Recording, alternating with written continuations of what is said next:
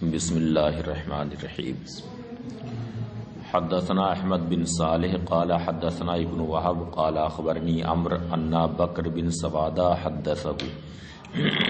ان ابا النجیب مولا عبداللہ بن سعد حدثه ان ابا سعید الخدری رضی اللہ تعالی عنہ حدثه انه ذکر عند رسول اللہ صلی اللہ علیہ وسلم الصوم والبسل۔ بکر ابن سوادہ نے ان سے یعنی عمرو سے بیان کیا کہ ابو النجیب جو عبداللہ ابن سعد کے آزاد کردہ ہیں، انہوں نے ان سے بیان کیا کہ حضرت ابو سعید خدری رضی اللہ تعالی عنہ نے ان سے یعنی ابو النجیب سے بیان کیا کہ نبی کریم صلی اللہ علیہ وسلم کے پاس لہسن اور پیاز کا ذکر ہوا۔ وقیلا، اور بارگاہ رسالت میں یہ عرض کیا گیا، یا رسول اللہ، واشد ذالک کلہ الصوم، ان میں سب سے زیادہ سخت لہسن ہے، یعنی اس کی بو پیاز سے بھی تیز ہوتی ہے۔ افاتحرمہ، یا رسول اللہ کیا اسے حرام قرار دیتے ہیں؟ فقال النبی صلی اللہ علیہ وسلم کلوہ، تو نبی کریم صلی اللہ علیہ وسلم نے ارشاد فرمایا کہ اسے کھاؤ۔ ومن اکلہ منکم فلا یقرب ھذا المسجد، اور تم میں جو شخص اسے کھا لے تو اس مسجد کے قریب نہ آئے یہاں تک کہ اس کی بو ختم ہو جائے۔ تو اس سے یہ معلوم ہوا کہ لہسن اور پیاز یہ فی نفس ہی حلال، البتہ اسے کھا کر کے مسجد میں نہ جائے، جب نماز کا وقت ہو تو اس وقت نہ کھائے۔ فلا یقرب ھذا المسجد کے لفظ سے بعض علماء نے استدلال کیا کہ یہ نہیں صرف مسجد نبوی شریف کے ساتھ خاص ہے، لیکن جمہور علماء یہ کہتے ہیں کہ ساری مسجدوں کا یہی حکم ہے، کیونکہ اگرچہ اس حدیث شریف میں ھذا المسجد آیا ہے، لیکن دوسری حدیث میں فلا یقربن المساجد بھی آیا، اس لیے ساری مسجدوں کا یہی حکم ہے۔ اور دوسری بات یہ ہے کہ جو علت وہاں پر منع کی ہے کہ اس کی وجہ سے نمازیوں کو اذیت لاحق ہوگی، یہ علت ساری مسجدوں میں مشترک ہے، اس لیے ساری مسجدوں کے لیے یہ نہیں ہے۔ حدثنا عثمان بن ابی شیبہ قال حدثنا جریر عن الشیبانی عن عدی بن ثابت عن زر بن حبیش عن حذیفہ رضی اللہ تعالی عنہ اظنہ عن رسول اللہ صلی اللہ علیہ وسلم۔ جریر شیبانی سے روایت کرتے ہیں، انہوں نے عدی بن ثابت سے روایت کی، وہ زر بن حبیش سے روایت کرتے ہیں، انہوں نے حضرت حذیفہ ابن الیمان رضی اللہ تعالی عنہ سے روایت کی۔ زر بن حبیش کہتے ہیں کہ میں سمجھتا ہوں کہ حضرت حذیفہ نے نبی کریم صلی اللہ علیہ وسلم سے روایت کی، فرمایا من تفل تجاہ القبلۃ، جاء یوم القیامت تفلح بین عینیہ، جو شخص قبلہ کی طرف منہ کر کے تھوکے تو قیامت کے دن اس حال میں آئے گا کہ اس کا تھوک اس کی دونوں آنکھوں کے درمیان یعنی پیشانی پر لگا ہوگا، جو قبلہ کی طرف منہ کر کے تھوکے۔ اس سے معلوم ہوا کہ قبلہ کا احترام بہرحال لازم ہے، چاہے کوئی صحرا میں ہو چاہے کوئی بنیان میں۔ اور جب تھوکنے پر اتنی سخت وعید آئی ہے تو قبلہ کی طرف منہ کر کے قضاء حاجت کی اجازت کیسے ہو سکتی ہے؟ اسی لیے امام ابو حنیفہ رحمۃ اللہ تعالی علیہ فرماتے ہیں کہ چاہے کوئی صحرا میں ہو یا بنیان میں ہو، بہرحال قبلہ رو کر کے قضاء حاجت کرنا جائز نہیں۔ وَمَن نَقَلَ مِنْ هَذِهِ الْبَقَلَةِ الْخَبِيثَةِ، اور جس نے اس خبیث یعنی بدبودار سبزی سے کھا لیا، پودے سے کھا لیا، فَلَا يَقْرَبَنَّ مَسْجِدَنَا، تو وہ ہماری مسجد کے قریب نہ آئے، ثلاثاً 3 بار ارشاد فرمایا۔ تو قبلہ رو تھوکنا یہ ہے ممنوع ہے، سخت منع ہے، کہ اتنی سخت وعید اس کے لیے آئی۔ یہاں اگر مجلس میں کوئی شخص جائے اور اس کے ناک کی رطوبت ذرا سی نظر آ رہی تو اسے لوگ سخت گندا سمجھتے ہیں، اسے اپنے سامنے بیٹھانا بھی گوارا نہیں کرتے۔ خود میرا بھی یہی مزاج ہے، میرے لیے بھی یہ ناقابل برداشت بات ہے۔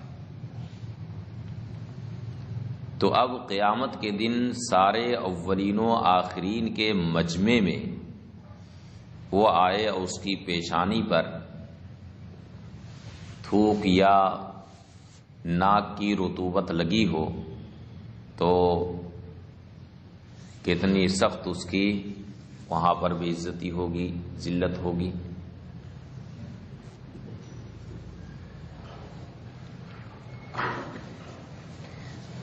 بلکہ شاید آپ لوگوں کو ہم سنا چکے ہیں کہ حضرت سلطان العارفین سیدنا بایزید بسطامی رحمۃ اللہ تعالی علیہ نے اسی بنیاد پر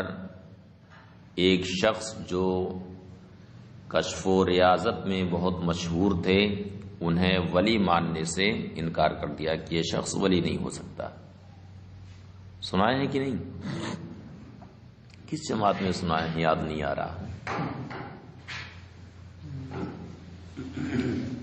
حضرت سیدنا بایزید بسطامی رضی اللہ تعالی عنہ اپنے مریدین کے ساتھ بیٹھے ہوئے تھے۔ کسی شخص نے بتایا کہ حضور فلاں بستی میں ایک بزرگ رہتے ہیں، ان کی ولایت کا بڑا چرچا ہے کہ ولی اور صاحب کشف و کرامت آدمی، تو چلیں ان سے ملاقات کرائیں۔ تو چونکہ اللہ کے نیک بندوں کی صحبت اختیار کرنا چاہیے، ان سے ملنا چاہیے، تو حضرت بایزید بسطامی رضی اللہ تعالیٰ عنہ اپنے اصحاب کے ساتھ اٹھ پڑے، گئے اس شہر میں۔ پہلے تو معلوم کیا کہ وہ کیسے ہیں، تو سب نے بہت تعریف کی کہ بہت ہی تقویٰ پرہیزگار والے ہیں اور صاحب کشف آدمی ہیں، ان کی ولایت کا بڑا شکرہ ہے، بڑی تعریف کی سب لوگوں نے۔ تو پہلے سوچا کہ صحیح جگہ ہم لوگ آئیں، پھر معلوم کیا کہ کہاں وہ ملیں گے، معلوم ہوا کہ مسجد میں گئے، مسجد کے باہر کھڑے ہو گئے، یہ سوچ کر کے کہ اب اندر وہ عبادت میں مصروف ہوں گے تو خلل کیوں ڈالا جائے، تو انتظار میں باہر کھڑے رہے۔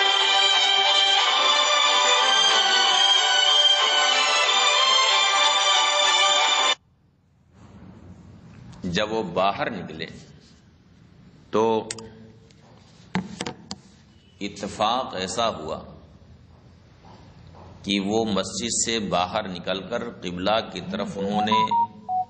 منہ کیا اور ادھر ہی تھوک بھی دیا۔ حضرت بایزید بسطامی رضی اللہ تعالی عنہ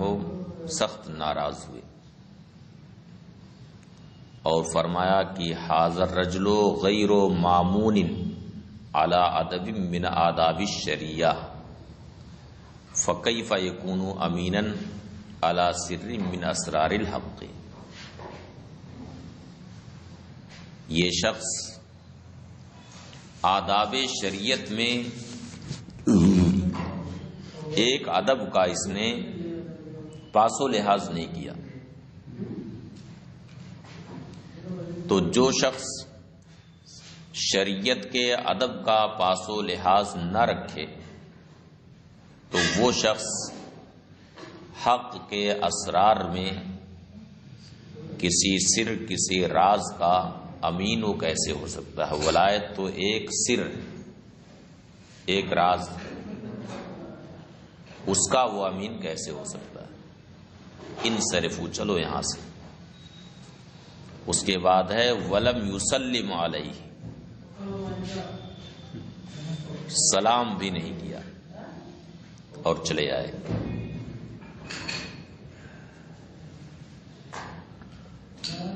تو ایک ادب کا انہوں نے خیال نہیں رکھا، تو حضرت بایزید بسطامی رضی اللہ تعالی عنہ نے انہیں ولی ہونا تسلیم نہیں کیا۔ اسی لیے اولیاء کرام فرماتے ہیں کہ ولی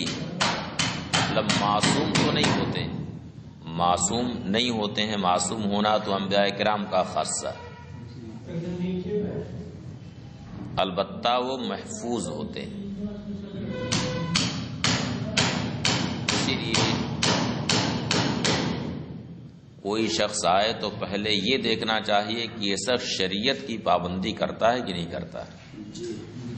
اس کے بعد ہی اسے کچھ تسلیم کرنا چاہیے۔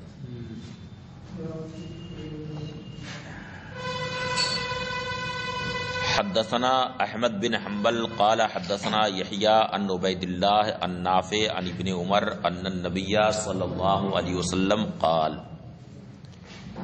من اکل من هذه الشجرہ فلا یقربن المساجد۔ عبید اللہ نافع سے روایت کرتے ہیں، انہوں نے حضرت عبداللہ ابن عمر رضی اللہ تعالی عنہما سے روایت کی کہ نبی کریم صلی اللہ علیہ وسلم نے ارشاد فرمایا کہ جو اس درخت سے کھا لے وہ مسجدوں کے قریب نہ جائے۔ تو اس سے معلوم ہوا کہ منہ میں اگر بدبو ہو تو اس حال میں مسجد میں نہ جائے، بدبو کو دور کرے۔ اسی لیے فقہاء کرام فرماتے ہیں کہ وہ شخص جس کو یہ بیماری ہے کہ اس کے منہ سے ہمیشہ بدبو آتی رہتی ہے، تو اس کے لیے حکم ہے کہ اپنے گھر نماز پڑھے، کہ مسجد میں جائے گا تو اس کی وجہ سے لوگوں کو اذیت لاحق ہوگی۔ یا کسی شخص کو پھوڑا ہے، مستقل بہتا رہتا ہے جس سے لوگوں کو اذیت لاحق ہوگی، اس کے لیے بھی یہی حکم ہے۔ یا کوئی ایسی بیماری ہے جس سے لوگوں کو تنفر ہوتا ہے، جیسے برس ہے یا جذام ہے، تو اس کے لیے بھی حکم ہے کہ اپنے گھر نماز پڑھے، کہ مسجد میں جائے گا تو لوگوں کو تنفر ہوگا۔ حدثنا شیبان بن فروخ قال حدثنا ابو ہلال قال حدثنا حمید بن ہلال عن ابی بردان المغیرہ بن شعبہ رضی اللہ تعالی عنہ قال اکلت ثوما فاتیت مصلی رسول اللہ صلی اللہ علیہ وسلم وقد سبقت برکعت ابو بردہ مغیرہ ابن شعبہ رضی اللہ تعالی عنہ سے روایت کرتے ہیں، فرمایا کہ میں نے لہسن کھا لیا تو میں نبی کریم صلی اللہ علیہ وسلم کی مسجد میں حاضر ہوا، اس حال میں کہ میری ایک رکعت چھوٹ گئی تھی، ایک رکعت سے میں مسبوق تھا۔ فلما دخلت المسجد وجد رسول اللہ صلی اللہ علیہ وسلم ریح الثوم، جب میں مسجد میں داخل ہوا تو نبی کریم صلی اللہ علیہ وسلم کو لہسن کی بو محسوس ہوئی۔ فلما قضا رسول اللہ صلی اللہ علیہ وسلم صلاتہ، جب رسول اللہ صلی اللہ علیہ وسلم نے اپنی نماز مکمل فرما لی تو ارشاد فرمایا، من اکل من هذه الشجرہ فلا یقربنا حتی یذهب ریحها، جو اس درخت سے کھا لے وہ ہمارے قریب نہ آئے یہاں تک کہ اس کی بو ختم ہو جائے۔ ریحها فرمایا یا ریحہ فرمایا۔ فلما قضیت الصلاۃ، حضرت مغیرہ ابن شعبہ چونکہ سمجھ گئے تھے کہ میں ہی لہسن کھا کے آیا تھا اور نبی کریم صلی اللہ علیہ وسلم کو یہ بو محسوس ہوئی ہے، اس لیے حضور نے ایسا ارشاد فرمایا۔ اس لیے فرماتے ہیں کہ جب میں نے نماز پوری کر لی تو نبی کریم صلی اللہ علیہ وسلم کی بارگاہ میں حاضر ہوا، فقلت، میں نے عرض کیا، یا رسول اللہ، واللہ لا تعطینی یدک، یا رسول اللہ، واللہ اپنا دست اقدس مجھے عطا فرمائے۔ قال، فرماتے ہیں فادخلت یدہ فی کم قمیصی الی صدری، تو میں نے نبی کریم صلی اللہ علیہ وسلم کا دست اقدس اپنی قمیص کی آستین میں داخل کیا اور سینے تک میں لے گیا۔ فَإِذَا أَنَا مَعْصُوبُ الصَّدْرِ، تو میرے سینے پر یعنی مراد میرے پیٹ پر پتھر بندھا ہوا تھا۔ صدر کا اطلاق بطن پر بھی ہوتا، یعنی میرے پیٹ پر پتھر بندھا ہوا تھا، یعنی سخت بھوک کی وجہ سے کوئی چیز کھانے کو نہ مل رہی تھی تو میں نے پتھر باندھ رکھا تھا۔ اب اتفاق ایسا کہ لہسن مجھے مل گیا کھانے کے لیے، تو اب ظاہر سی بات ہے کہ جو شخص بھوک کی وجہ سے پتھر باندھ لے اپنے پیٹ پر، اب اسے کوئی بھی چیز کھانے کی مل جائے گی تو اسے کھا لے گا، وہ حلال چیز ہے اگر تو اسے کھا لے گا، اس لیے میں نے کھا لیا تھا۔ قال، ارشاد فرمایا، ان لک عذرا، تمہارے پاس عذر ہے یعنی تو معذور ہے۔ حدثنا عباس بن عبد العظیم قال حدثنا ابو عامر عبد الملک بن عمرو قال حدثنا خالد بن میسرہ یعنی الاتار عن معاویہ بن قرہ عن ابیہ ان رسول اللہ صلی اللہ علیہ وسلم نہا عن ہاتین الشجرتین۔ معاویہ ابن قرہ اپنے والد سے روایت کرتے ہیں کہ نبی کریم صلی اللہ علیہ وسلم نے ان دو درختوں سے منع فرمایا، وقال، اور ارشاد فرمایا کہ جو ان دونوں کو کھا لے وہ ہماری مسجد کے قریب نہ آئے، وقال، اور فرمایا، ان کنتم لا بد آکلوہما، یعنی اگر تمہیں چاروں ناچار کھانا ہی ہے یعنی کوئی اور چیز نہیں مل رہی ہے، تمہیں کھانا ہی کھانا ہے، فامیتوہما طبخن،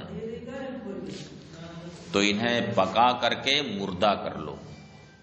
یعنی ان کی بو ختم کر دو پکا کر کے۔ قال،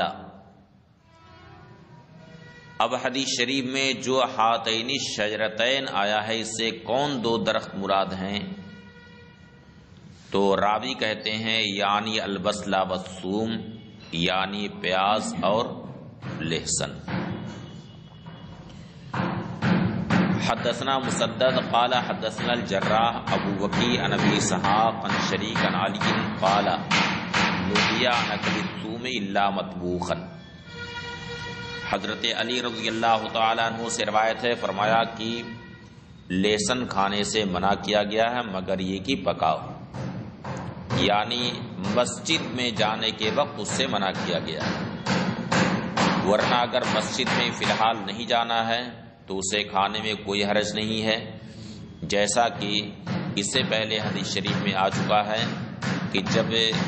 نبی کریم صلی اللہ علیہ وسلم سے پوچھا گیا تو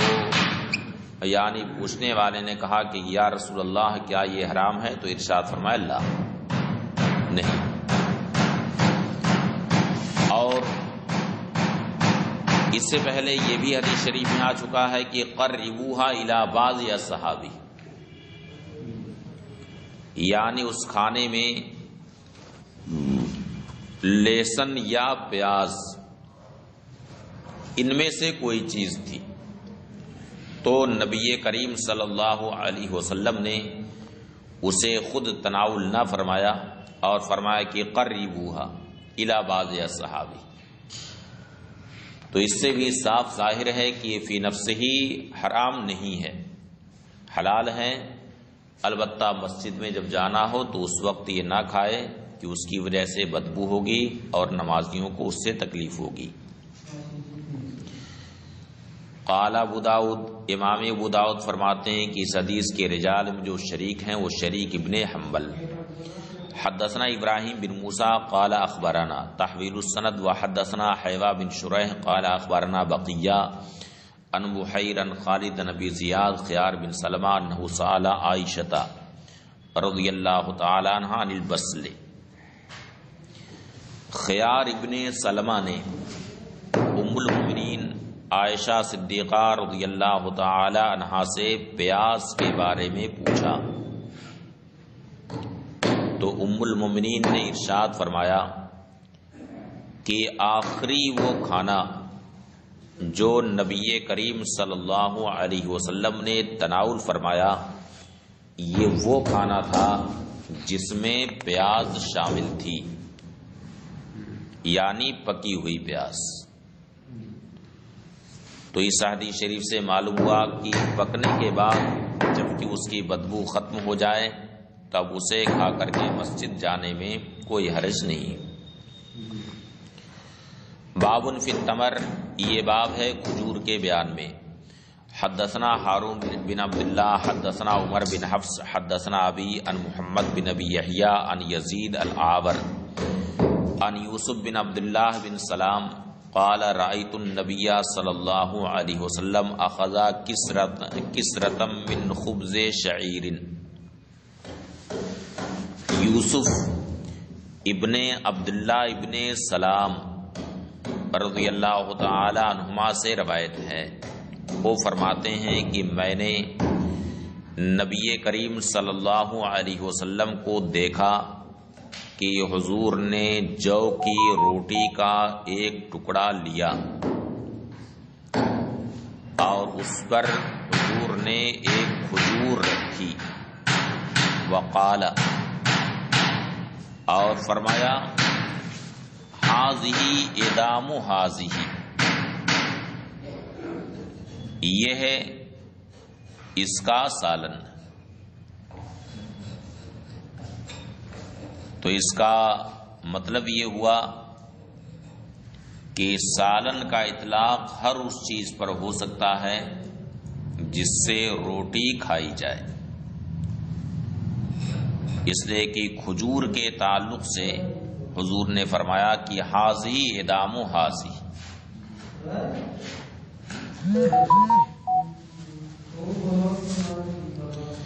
اب چونکہ کھجور کے تعلق سے یہ بھی ہے کہ کھجور مستقل طور سے بھی ایک غذا ہے۔ اگر آدمی روٹی چاول نہ کھائے، صرف کھجور ہی کھا کر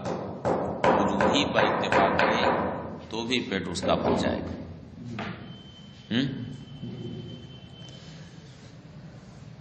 لیکن یہاں پر نبی کریم صلی اللہ علیہ وسلم نے کھجور پر، یہ روٹی کے ٹکڑے پر حضور نے ایک کھجور کو رکھا، تو چونکہ کھجور کا ادام سے معروف ہونا یہ لوگوں کے درمیان متعارف نہ تھا، اس وجہ سے نبی کریم صلی اللہ علیہ وسلم نے ارشاد فرمایا کہ حاضی ادام حاضی، یہ اس کا سالن۔ حدثنا الولید بن عتبہ قال حدثنا مروان بن محمد قال حدثنا سلیمان بن بلال قال حدثني هشام بن عروہ عن ابیہ عن عائشہ رضی اللہ تعالی عنہا قالت قال النبی صلی اللہ علیہ وسلم، کام کرو بات مت کرو، دیکھ رہو پڑھائی ہو رہی ہے یہاں پہ، کام کرو صرف۔ قالت قال النبی صلی اللہ علیہ وسلم بیت لا تمر فیہ جیاع اہلہ۔ ہشام ابن عروہ اپنے والد عروہ ابن زبیر رضی اللہ تعالی عنہما سے روایت کرتے ہیں، انہوں نے ام المومنین عائشہ صدیقہ رضی اللہ تعالی عنہا سے روایت کی۔ ام المومنین فرماتی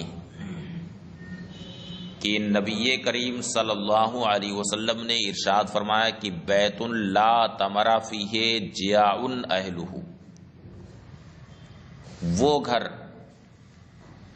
جس میں کھجور نہ ہو اس گھر والے بھوکے،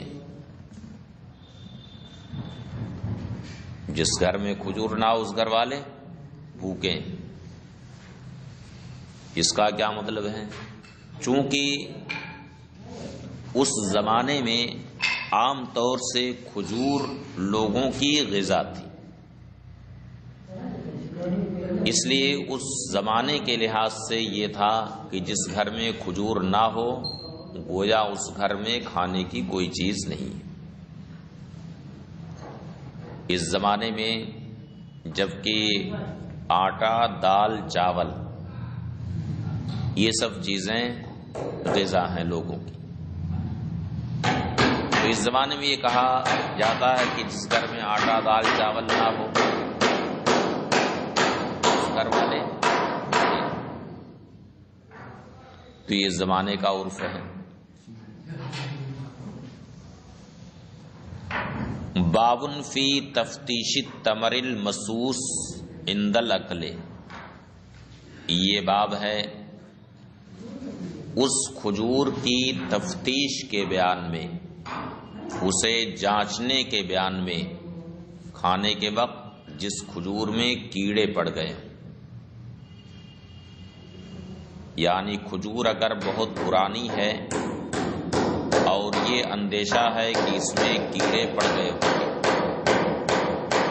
کھانے کے وقت اسے بغور دیکھ لے کہ اس میں کہیں کوئی کیڑا تو نہیں ہے، اگر کوئی کیڑا نظر آئے تو اسے نکال کے پھینک دے اور کھجور کھا لے۔ یہی حکم ہر اس اناج کا ہے جس کے بارے میں شبہ ہو۔ چاول کے بارے میں شبہ ہے تو پکنے سے پہلے پہلے چاول کو خوب اچھی طرح سے صاف کر لے کہ اس میں کہیں کیڑے تو نہیں پڑ گئے ہیں۔ حدثنا محمد بن عمرو بن جبلہ قال حدثنا سلم بن قتیبہ ابو قتیبہ عن حمام عن اسحاق بن عبداللہ بن ابی طلحہ عن انس بن مالک رضی اللہ تعالی عنہ قال اوتی النبی صلی اللہ علیہ وسلم بتمر عتیق فجعل یفتش یخرج السوس منہ، اسحاق بن عبداللہ بن ابی طلحہ حضرت انس بن مالک رضی اللہ تعالی عنہ سے روایت کرتے ہیں، فرمایا کہ نبی کریم صلی اللہ علیہ وسلم کی بارگاہ میں پرانی کھجور لائی گئی تو نبی کریم صلی اللہ علیہ وسلم اس کی تفتیش فرمانے لگے۔ یخرج السوس منہ، کھجور میں سے کیڑے کو سرکار علیہ السلام نکالتے تھے۔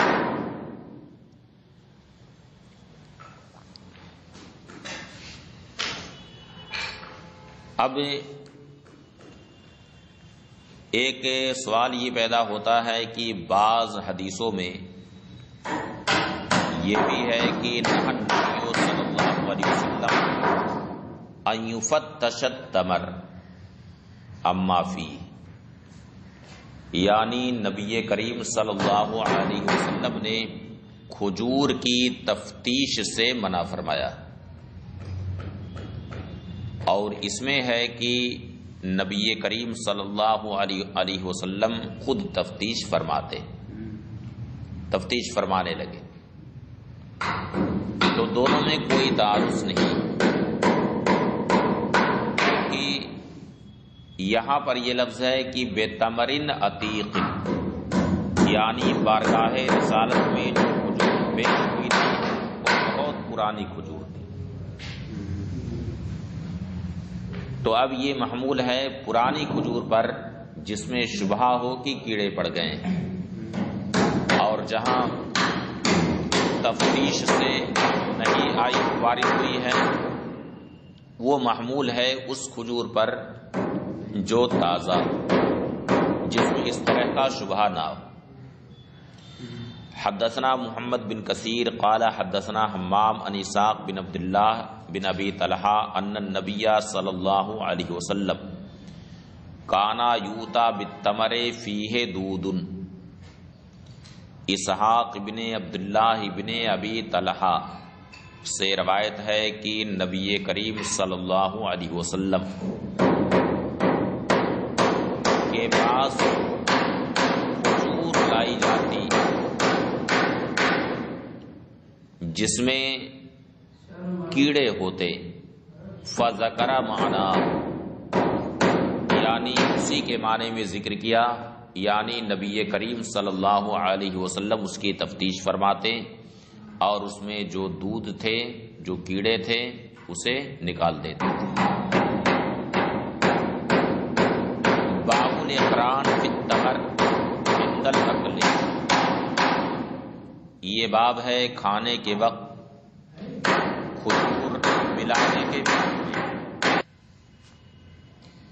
باب الاقران فی التمر عند الاکل، یہ باب ہے کھانے کے وقت کھجور ملانے کے بیان میں، یعنی دو دو کھجور ایک ساتھ کھانے کے بیان میں۔ اس مضمون کی حدیث اس سے پہلے آ چکی۔ حدثنا واصل بن عبد الاعلی قال حدثنا ابن فضیل عن ابی اسحاق عن جبلہ بن سحیم عن ابن عمر رضی اللہ تعالی عنہما قال نہى رسول اللہ صلی اللہ علیہ وسلم عن الاقران الا ان تستأذن اصحابک۔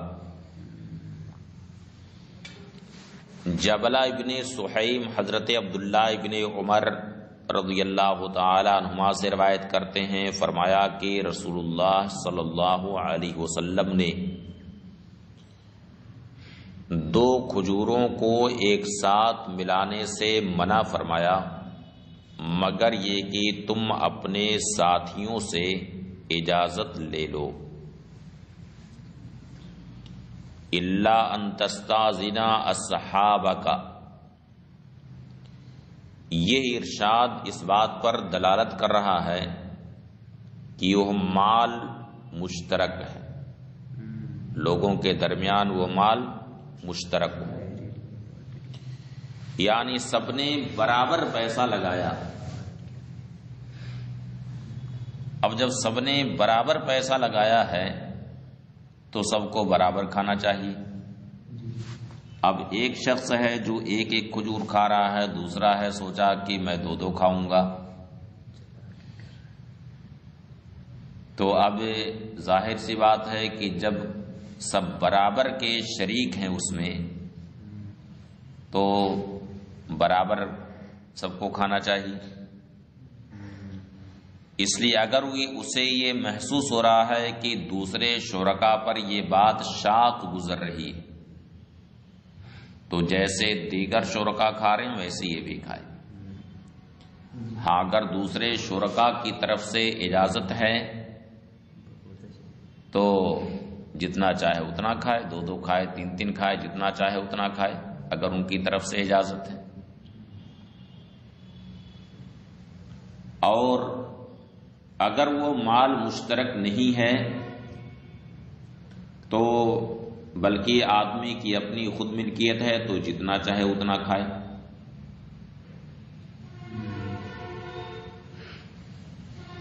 اور بعض علماء کہتے ہیں کہ یہ ہے نہیں کا حکم یہ اس وقت کے لیے تھا جبکہ عسرت کا زمانہ تھا، اور جب وسعت پیدا ہو گئی اللہ تعالی نے سب کو کشادہ حال بنا دیا تو قران بین التمرتین کی اجازت بھی ہو گئی. اس کی تائید ایک دوسری حدیث سے ہوتی ہے کہ کنتو نہیتکم عن القران بین التمرتین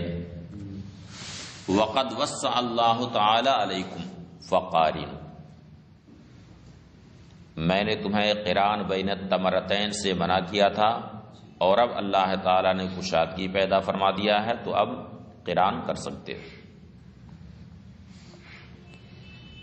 باب فی الجمع بین لونین فی الاکل، یہ باب ہے کھانے میں دو قسم کے کھانوں کو جمع کرنے کے بیان میں. اس باب کا بھی مقصود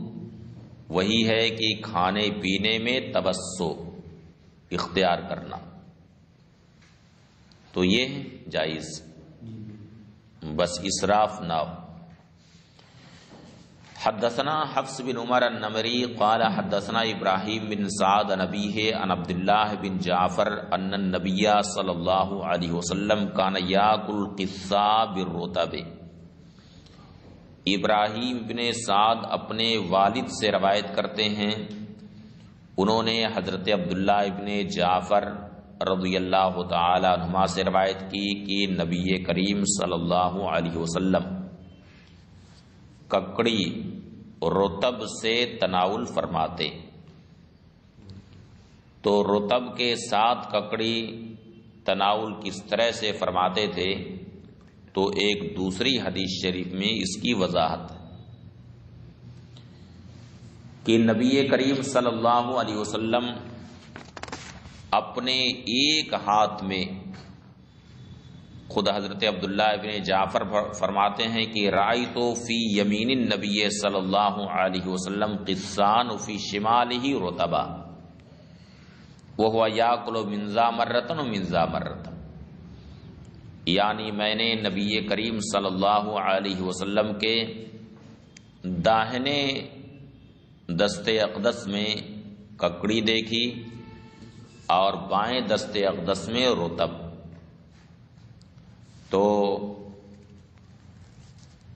نبی کریم صلی اللہ علیہ وسلم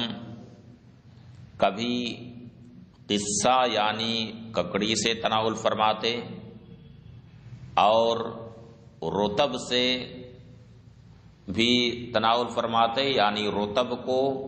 داہنے ہاتھ میں لے کر کے پھر اس میں سے تناول فرماتے تھے. داہنے ہاتھ میں ککڑی اور بائیں ہاتھ میں رطب، تو ککڑی تناول فرماتے اور رطب کو پھر داہنے ہاتھ میں لے کر کے پھر رطب سے تناول فرماتے تھے.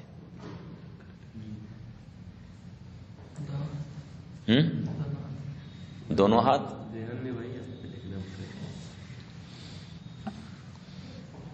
حدثنا سعید بن نصیر اور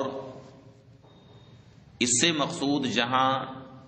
اس بات کے لیے اجازت عطا فرمانا ہے کہ مآکل و مشارب میں توسع جائز ہے، وہیں خاص طب نبوی کی طرف بھی اس میں اشارہ ہے، یعنی بلکہ جو مرکب دوائیں ہیں ان کی بنیاد ہی اسی پر کہ اس میں ایک چیز گرم ہوتی ہے تو دوسری چیز ٹھنڈی ہوتی، ساری دوائیں اس میں گرم نہیں ہوتی، اگر ساری دوائیں گرم ہو جائیں تو بھی نقصان دہ، ساری دوائیں ٹھنڈی ہو جائیں تو بھی نقصان دہ۔ اس لیے اگر ایک چیز اس میں حار ہوتی ہے تو دوسری اس میں بارد ہوتی ہے۔